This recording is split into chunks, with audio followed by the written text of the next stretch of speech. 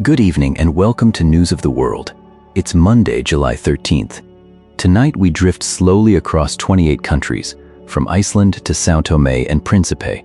There's nothing you need to do and nowhere you need to be. Settle in and let the world turn.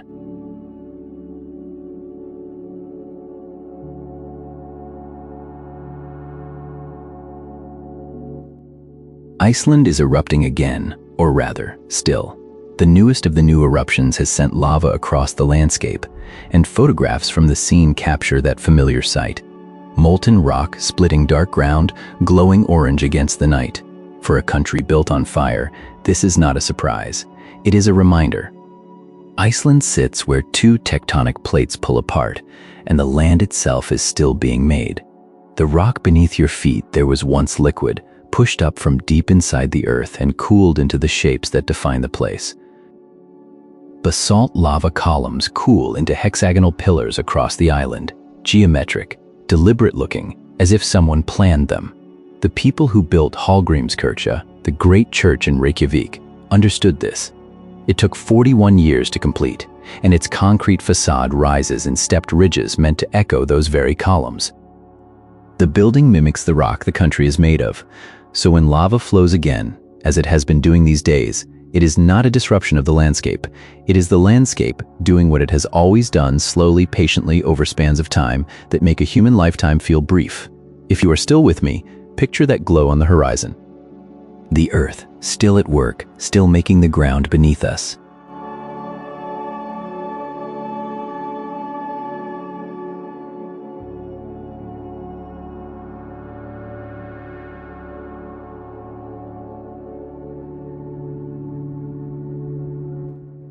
Kazakhstan is looking toward its energy future this week, with plans for a major boost in gas production. The country is setting its sights on building new processing plants, a quiet but significant shift in how it manages its vast underground resources. For a nation that sits at the heart of Central Asia, these kinds of decisions carry weight. It isn't just about pulling more from the earth, it's about refining it, keeping more of the value at home, and making sure the infrastructure is there to support it. The step here is wide and enduring, and the energy beneath it has long shaped the region's fortunes. When you travel across the country, you see the pipelines threading through the grasslands, connecting distant places to the warmth and power they need. Building new processing facilities means taking the raw material and preparing it for use, a slow and deliberate process. It's the kind of development that doesn't happen overnight. It requires planning, investment, and a steady hand. If you're still with me, you might picture the quiet hum of a new facility somewhere out on the open plains, standing against the wide sky. It's a reminder that even as the world moves quickly, the work of building a foundation, of turning raw resources into something steady and useful, takes time. And as the night settles over the Caspian lowlands, that work continues, unhurried and patient.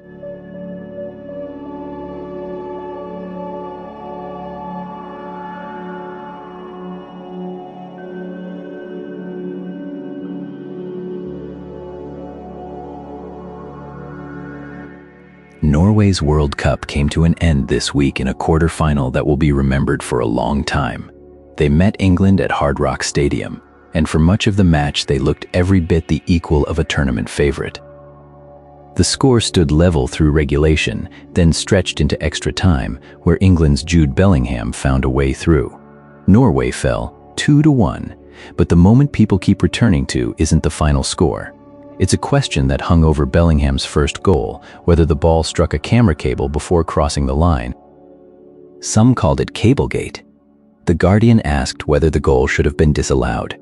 The Athletic wondered if Norway had been robbed. FIFA reviewed it and found no evidence that the ball hit any wire. That's the official word, and it stands. What stays with Norway is more than a sense of injustice. Erling Haaland was taken off during the match, a decision the coach later explained, though it left supporters wondering what might have been. And yet, across this tournament, Norway arrived.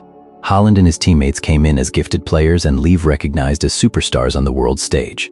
A devastating defeat, yes, but also an arrival. There's a quiet pride in that, even on the hardest night to feel it.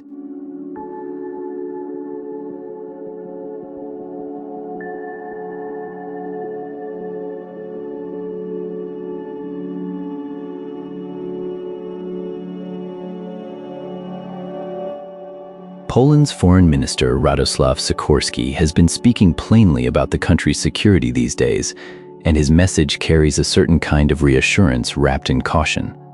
Russia, he says, does not have the resources to mount a full attack on Poland. That is the steady part. But he also believes Moscow may be preparing something.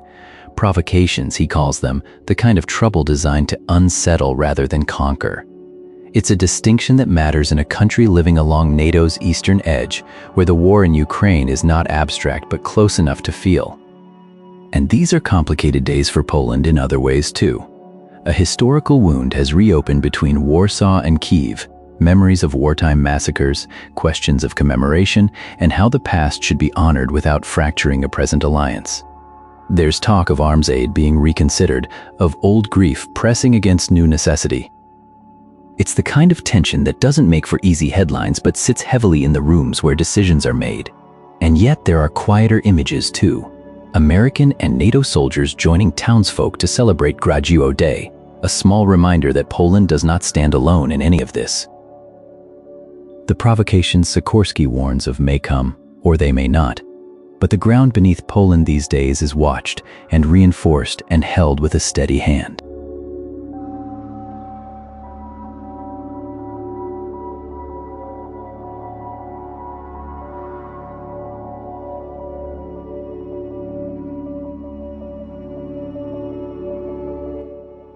Ivory Coast came to the 2026 World Cup and made sure they'd be remembered.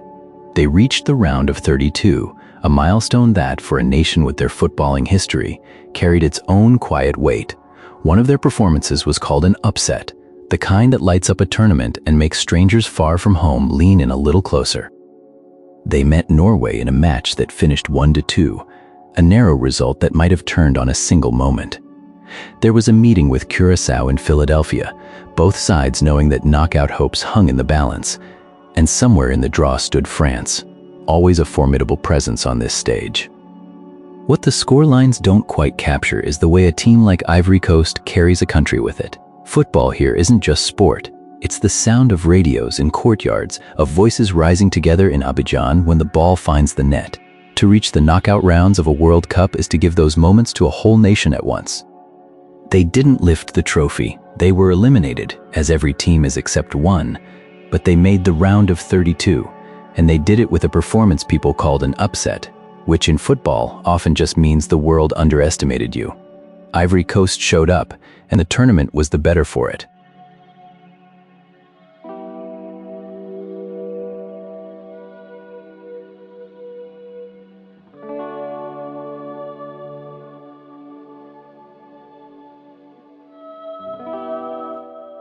Zambia is moving toward an election, and the question at its heart is a familiar one in democracies everywhere. How has the economy done? President Hakainde Hichilema stands as the incumbent, and his economic record is what voters will weigh. The campaigns are heating up across the country, and Hichilema himself has urged peace, a reminder that elections here, as in many places, are watched as much for how they're conducted as for who wins. There's practical talk, too, about protecting the vote. People are discussing ballot security, parallel vote tabulation, and the importance of voter turnout, the quiet machinery of a free and fair election being worked through by citizens who want their choice respected. What makes this moment quietly significant is that Zambia has been here before. Each election is a kind of test, not just of the person in office, but of the system itself. The economy is the issue everyone names, but underneath it is something steadier, a country asking whether its institutions can hold. If you're still with me, you might picture the campaign rallies, the voters preparing to come, the radio discussions running late into the evening. Zambia's story these days is about a nation doing what democracies do, taking stock of what's been done and deciding what comes next.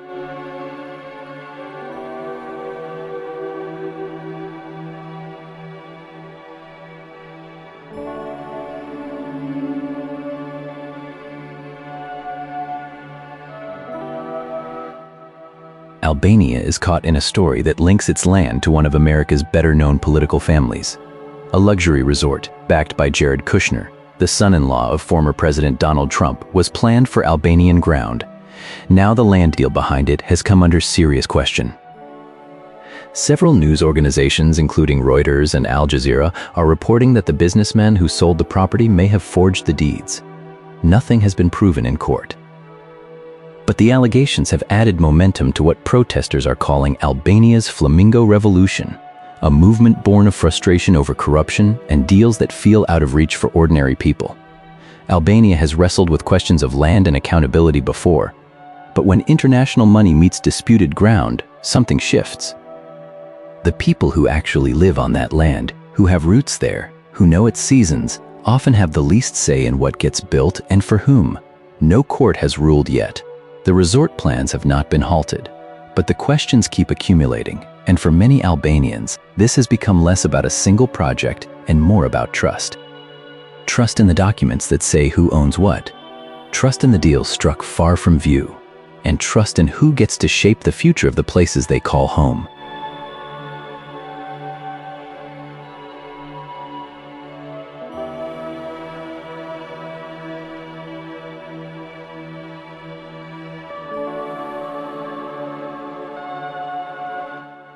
Vietnam's coastline meets the sea along thousands of miles of shore, and these days those waters carry more than they should. Plastic waste has been gathering in the seas off Vietnam, a slow accumulation that threatens the marine life and the fishing communities that have depended on these waters for generations. It's the kind of problem that can feel too large to hold.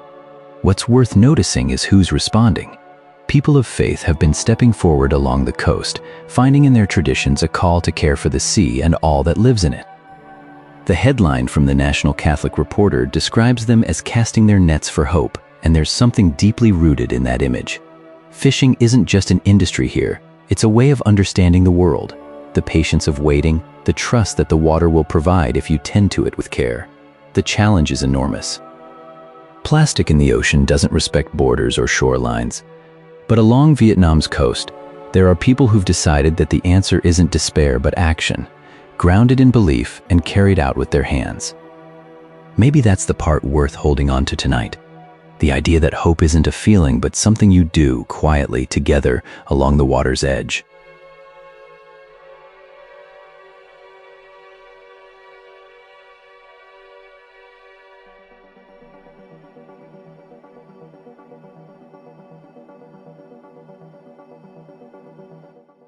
Dominica, that small green island between Guadeloupe and Martinique, has stepped into a quiet diplomatic role, chair of the Permanent Council of the Organization of American States. It's the kind of news that doesn't make much noise, but for a country of roughly 70,000 people, it carries a certain weight. The OAS brings together 35 nations across the Americas, from Canada to Argentina, and all the islands in between. The Permanent Council keeps things running between general assemblies, handling matters of peace, security, and cooperation across the hemisphere. When Dominica takes the chair, it means a small Caribbean voice is helping guide that conversation, not dominating it, chairing it, setting agendas, listening, making sure the room hears from everyone. There's something fitting about it. Dominica has always carried itself with a kind of quiet steadiness, through hurricanes and rebuilding, through the long work of holding its own in a world that often overlooks the smaller islands. And now, at the OAS table, it holds the gavel. If you're still with me, you might picture that room in Washington. Diplomats from massive nations and tiny ones, all seated as equals, and at the head of the table, someone from Roseau. It won't be the loudest story from the Caribbean this week, but it's the kind that settles in quietly, present, steady, holding its place.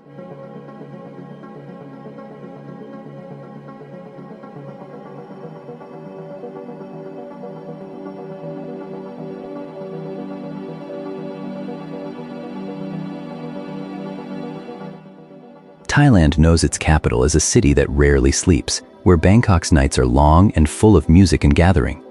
This week, that nightlife turned to tragedy when a fire swept through a popular pub, killing at least 27 people and injuring dozens more. The details are still coming together, but the scale of the loss is already clear. These were people out for an evening, friends, maybe colleagues, maybe strangers, sharing a crowded room and a drink, the kind of ordinary night that makes a city feel like home. Bangkok has seen fires before, and each time the city is reminded how quickly an enclosed, busy space can turn dangerous. Officials are still investigating what sparked this one. For now, the focus is on the wounded and the families waiting for news. If you're still with me, you might sit with this for a moment. A night out should be a small thing, a simple pleasure.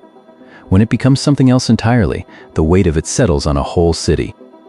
Thailand will grieve these 27, and the hospitals will tend to the injured, and the questions will come in time. For tonight, there is just the loss and the quiet that follows.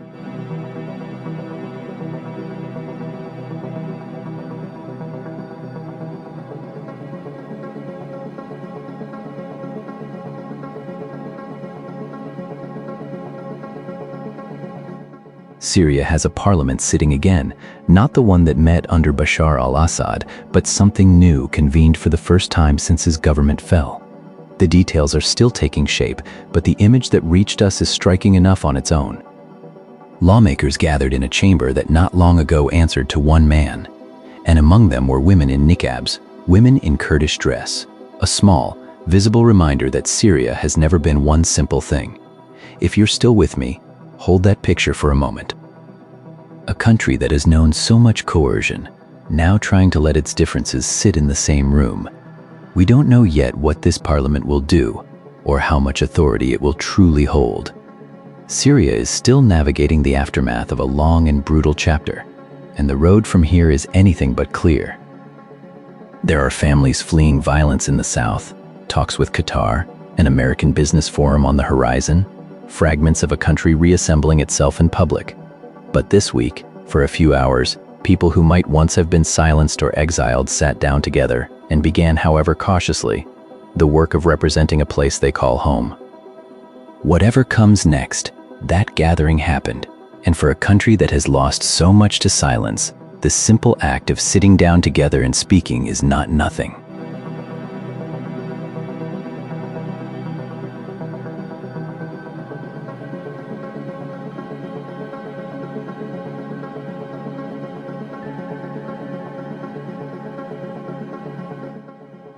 Jamaica knows hurricanes the way some places know winter.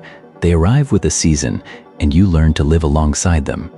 Hurricane Melissa came through and left behind the usual difficult questions. Who needs help first? Who's been cut off? Who might be overlooked in the scramble? This time, the Jamaica Red Cross had something new on their side, a smart data tool designed to find the people most easily missed. The details are still emerging, but the idea is simple enough. Instead of waiting for information to arrive in bits and pieces, you map the need before the wind even settles. You let the data show you where the vulnerability runs deepest, and you go there. It's easy to forget, when you live far from a hurricane's path, how much of the aftermath is just waiting to be found, waiting for someone to know you're there. Anything that shortens that wait is worth noticing. If you're still with me, picture the volunteers moving through a neighborhood they might not have reached as quickly before, guided by something more than guesswork. Not technology for its own sake, but technology that gets you to the right door a little sooner. Jamaica has weathered storms longer than there have been tools to track them. The care was always there. The data just helps it arrive faster. And somewhere tonight, because of that, someone was reached who might otherwise have waited in the dark a little longer.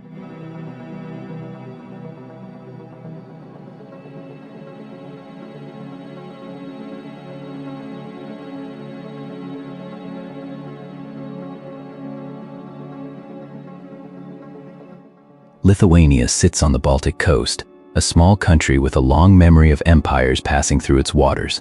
This week, it signed an agreement with Norway to jointly develop next-generation multi-purpose naval vessels, a quiet but meaningful step for a nation whose fleet has always been modest in size. The deal, reported across Baltic and Ukrainian defense outlets, points toward ships built for more than one purpose, vessels that can patrol, support, and adapt as conditions change. For Lithuania, this is about presence. The Baltic Sea is not large, but it is crowded with neighbors, shipping lanes, and these days, a great deal of attention. Norway brings shipbuilding experience and deep water habits. Lithuania brings its own knowledge of these shallow, strategic coastlines, the kind of knowledge you only earn by living beside the water year after year. there's a wider context too. Lithuania has been strengthening its defenses on land, with a German brigade stationed on its territory as a deterrent against potential aggression. The naval agreement adds another layer, not dramatic, not loud, but deliberate. If you're still with me, it's worth noting what this kind of cooperation really means. Two countries, one with fjords and one with dunes, deciding that the safest way to face an uncertain sea is together. The ships won't appear overnight, but the commitment is there, written into an agreement, carried forward on the slow current of planning and trust.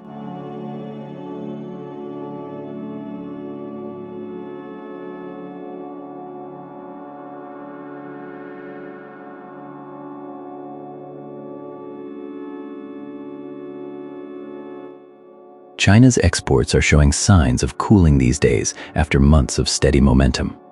The growth that carried the country's trade through the spring is settling into something gentler, not a decline, but a quieter pace.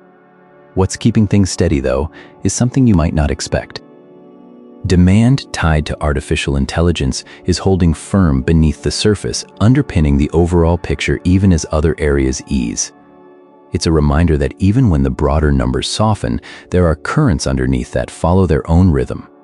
Large economies often move this way. The headline figures rise and fall, but underneath there are quieter stories, industries finding their footing, new demand replacing old. For China right now, AI is one of those quiet pillars. While other exports may be cooling, the technology driving the world's interest in machine learning keeps flowing out at strength. It's too early to say what this means for the months ahead. Trade has always been a window into how a country sees itself and how the world sees it back. For now, the picture is one of balance, a little slower here, a little stronger there, and the sense that even as things cool, something is still being built.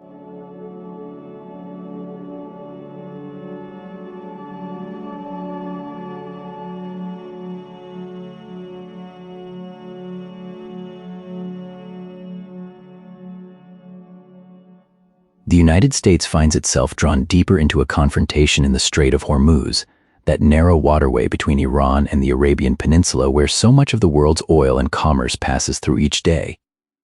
An Iranian strike on a container ship there set the vessel ablaze and left one crew member missing, a person whose fate, amid all the strategic calculations, can be easy to lose sight of.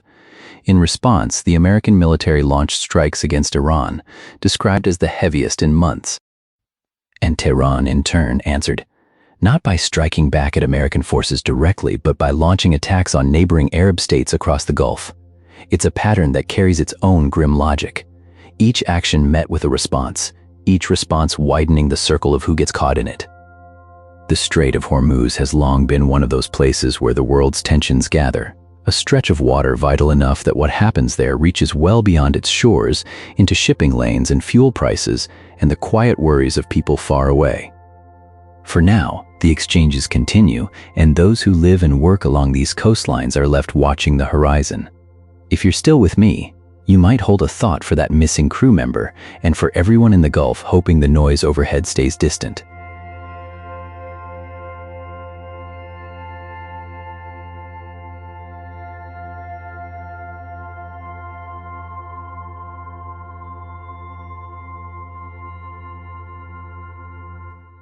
Bhutan has always measured its wealth differently, in happiness, in mountains, in the slow rhythm of life in places like Paro and Thimphu. But these days, the kingdom in the eastern Himalayas is facing a question that touches something fundamental: whether there will be enough young people to carry that life forward. The government has rolled out a birth rate initiative responding to what's being called an existential concern. Bhutanese women are having fewer children than ever, and the reasons will sound familiar to listeners in many countries. The cost of raising a family, the demands of work, the difficulty of balancing parenthood with everything else a modern life asks of you. It's a quiet kind of crisis, the kind that doesn't announce itself with floods or earthquakes. You notice it in empty school seats, in villages where fewer children play, in the slow arithmetic of a population that may not be replacing itself. For a small country nestled between India and China, the margins are thin and the stakes are real. Prime Minister Tshering Tobge's government is now trying to make parenthood more manageable. though the details of how are still taking shape. What's clear is that Bhutan is asking a question much of the world is asking. What does it take to make a family possible? And in the high valleys where prayer flags snap in the wind, that question carries a particular weight, because here, the future has always been measured in generations, not just years.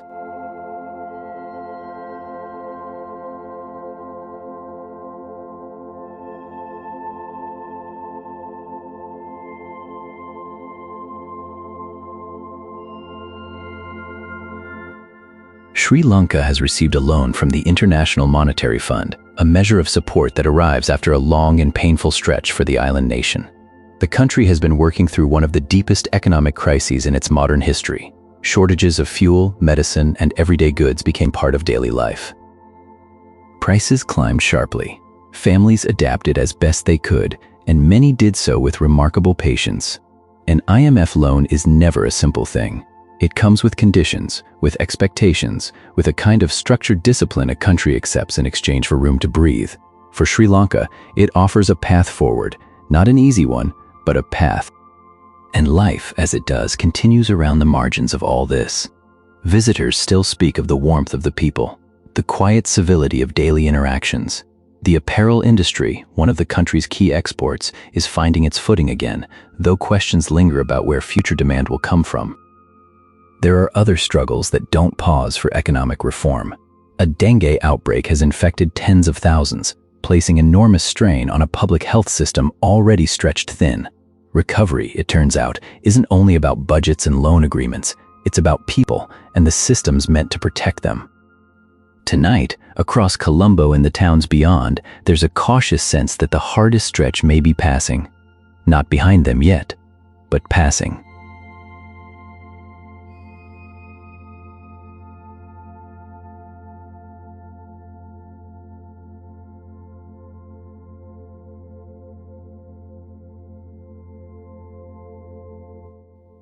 In Benin, a collector named Marie-Cécile Zinsou built a museum, and that, it turns out, was only the beginning of something larger.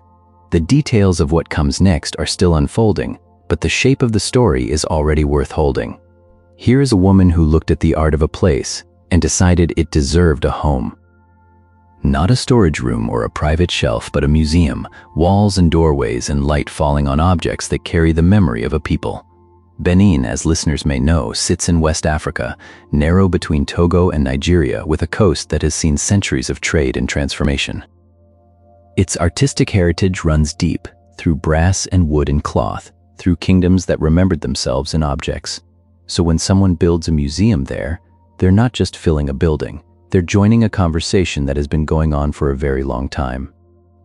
And if the museum was just the beginning, then whatever follows, more collecting, more exhibiting, more teaching, is part of the same quiet insistence that art made in Africa, shown in Africa, belongs to the people who live alongside it. That a country's creativity is not something to be shipped away and admired from a distance, but kept close where it can still do its work. Somewhere in Benin, that work goes on. The doors are open and the next thing is already on its way.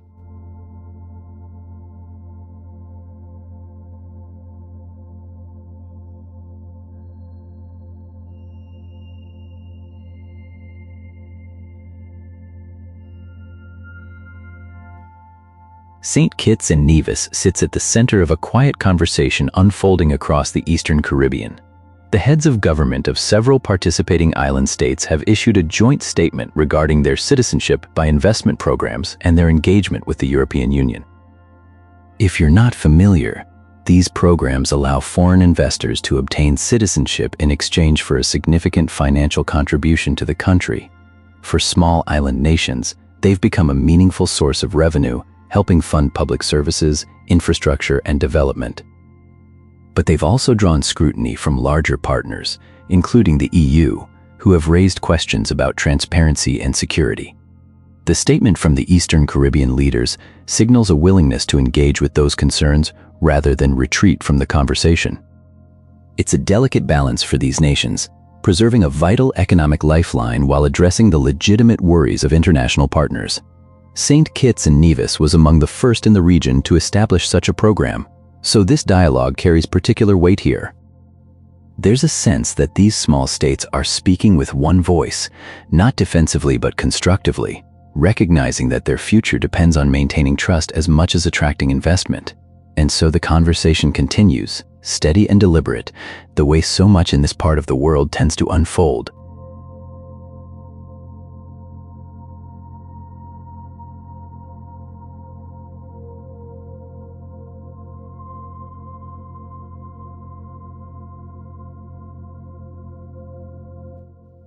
Yemen carries the marks of a long conflict, and some of the most dangerous are the ones you can't see, buried in the ground, waiting.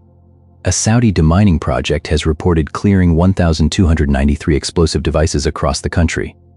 It's a number that sounds abstract until you sit with it for a moment. Each device was a small trap left behind in a field, a roadside, a place where someone might walk or plant or try to live their life. Each one cleared is a path made safe, a piece of ordinary ground given back to the people who use it. The work is slow, methodical, and easy to overlook in a country where so much else demands attention. Yemen has been living with conflict for years now, and the land will hold its remnants long after the fighting fades from the headlines. Deminers work with steady hands, clearing the ground one device at a time, often in places the world has largely stopped watching. There's something quietly stubborn about this kind of labor. The sense that safety isn't something you declare, but something you build, slowly, carefully, in the places where danger was left behind. And somewhere in Yemen, a road is a little more ordinary than it was before. A field is a little closer to being just a field again.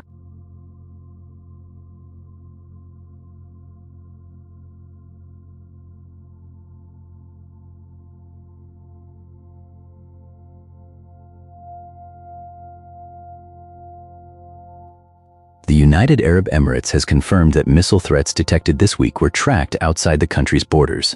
The Ministry of Defense issued a statement noting that national monitoring and tracking systems remained operational throughout, and that the threats did not cross into Emirati territory.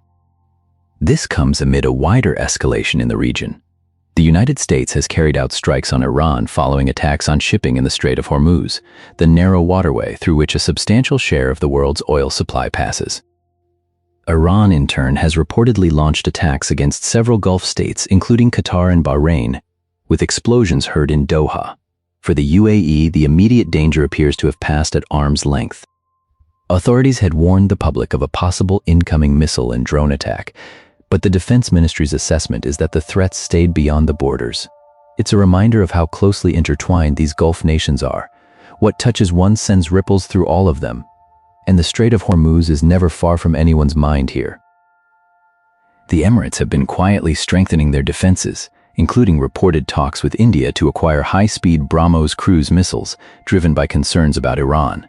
For now, the monitoring systems are watching, and across the Emirates, people carry on, as they do under wide and watchful skies.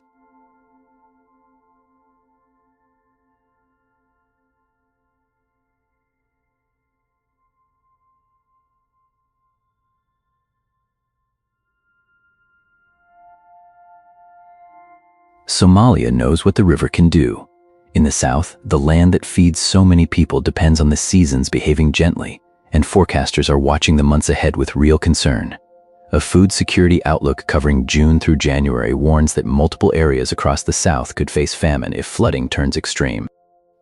That word, famine, carries a particular weight here. It is not a vague worry. It is the most severe classification on the scale used to measure hunger, and it means people are already living at the edge. The irony is bitter, and it is familiar. Too little rain has brought dry seasons that stripped fields and scattered herds. Too much rain, arriving all at once, could submerge the very ground people depend on.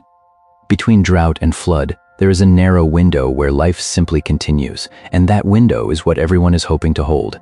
What makes this harder is that southern Somalia is not starting from a place of rest. Years of conflict, displacement, and disrupted harvests have left communities thin in their reserves. When the next rains come, whether they fall gently or all at once, people will meet them with less to fall back on than they should have. If you're still with me, hold that thought for the families in the south, the farmers watching the sky, the mothers counting what is left in the store. The months ahead will ask a lot of them, and the world, for its part, is being asked to pay attention.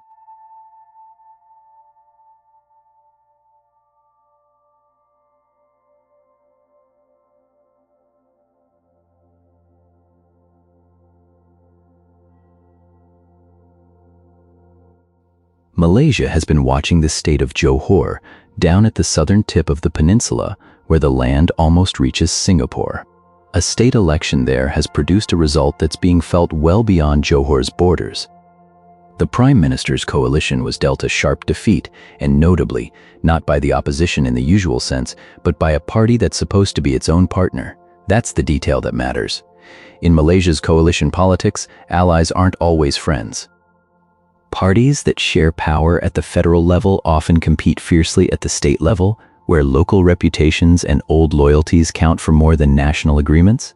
What happened in Johor is being read as a test of whether the current federal coalition can hold together when its members would rather outdo each other than cooperate.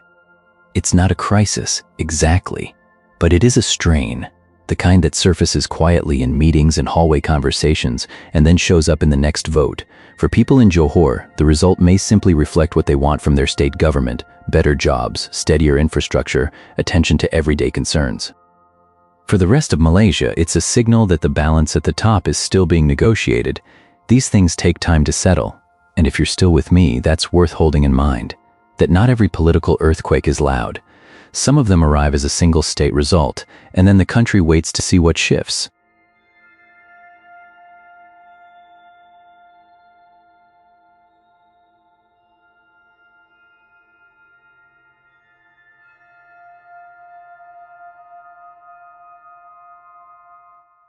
In Bosnia and Herzegovina, thousands have gathered in the town of Srebrenica to mark 31 years since the genocide.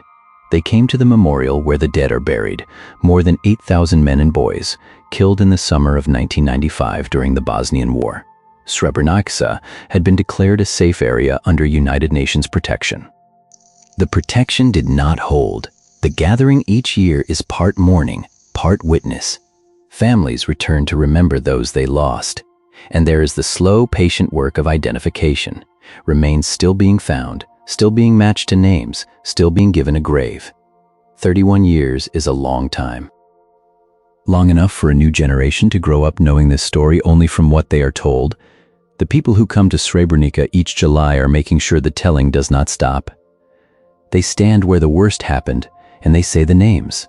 There is no neat ending to carry from this, no comfort large enough. Only the weight of what happened, and the quiet insistence of those who refuse to let it be forgotten. If you are still with me, you might hold that for a moment, the image of a small town, and the thousands who return to it, year after year, to remember.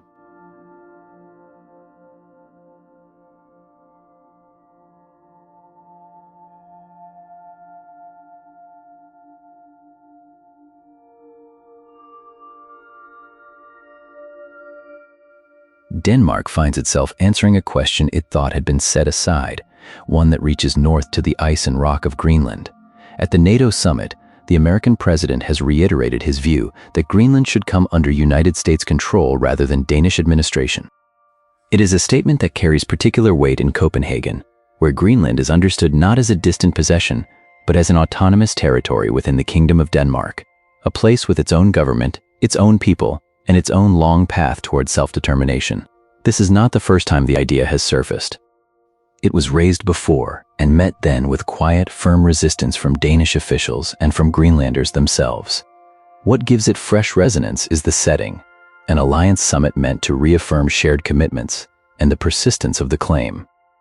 For Denmark, a small nation with a deep stake in Arctic affairs, the matter touches something beyond geopolitics.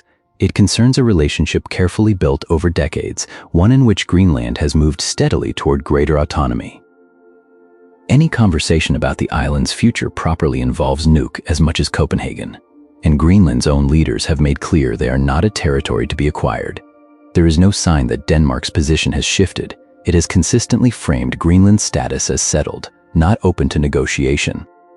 And in the north, where the politics of the ice grow more complicated each year, that steadiness may be its own quiet answer.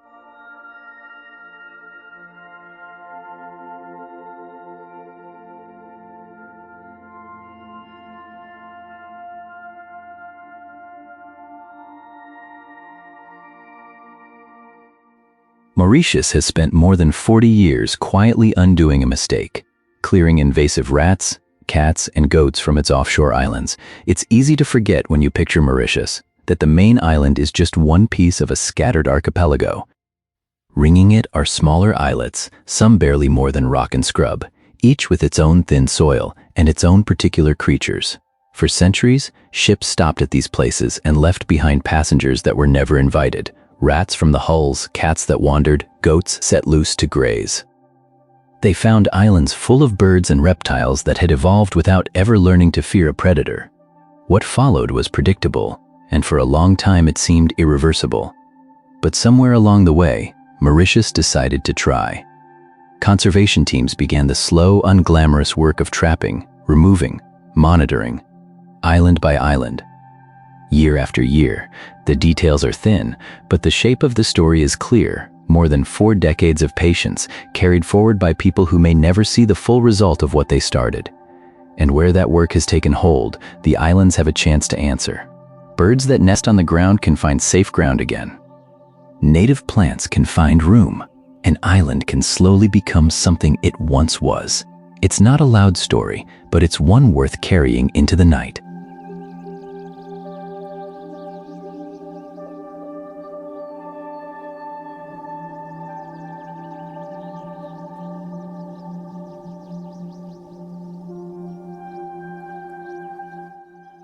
Uruguay has long been known for its quiet steadiness, a small country between Brazil and Argentina that tends to do things its own way.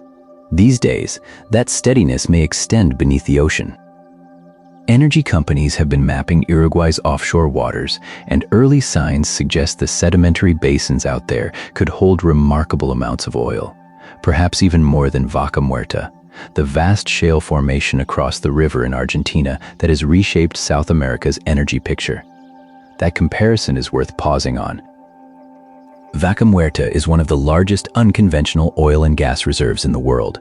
To say Uruguay's offshore province might exceed it is to say something very large indeed.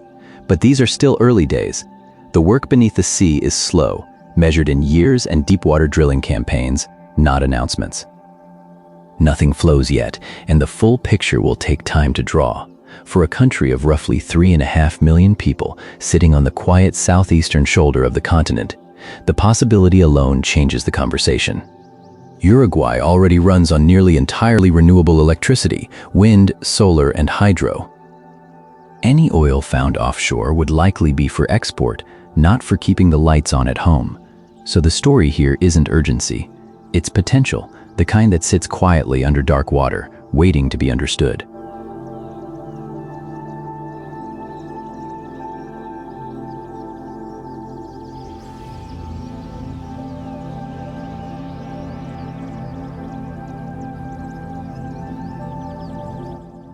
São Tomé and Príncipe, the two-island nation resting in the Gulf of Guinea off Africa's western equatorial coast, has seen a familiar name arrive at its shores, or rather, beneath its waters. Petrobras, Brazil's national oil company, has acquired Block 3, an offshore exploration area within the country's maritime territory. For a small nation of fewer than 250,000 people, the arrival of a major player like Petrobras carries weight beyond the headline. São Tomé and Príncipe has long hoped that the waters off its coast might hold reserves that could reshape an economy built today on cocoa, fishing, and a gentle trickle of tourism. Those hopes have been tested before. Exploration in the Gulf of Guinea has drawn interest from several companies over the years, without yet delivering the transformation many imagined. Petrobras brings deep experience. It is among the most accomplished deep-water operators in the world, having pioneered techniques off Brazil's own coast that opened reserves once thought unreachable. Whether that expertise will find something beneath São Tomé's waters remains, as ever, uncertain. Exploration is a long and patient business, unfolding over years rather than weeks. But for now, the simple fact stands: a new chapter has opened. And on these quiet volcanic islands, where the Atlantic stretches wide and the rhythms of life move slowly, that is enough to notice and to wait for. And that's the world for tonight. Wherever you are, whatever tomorrow holds, rest easy. The world will keep turning slowly while you sleep, and we'll take another quiet trip around it tomorrow night. Good night.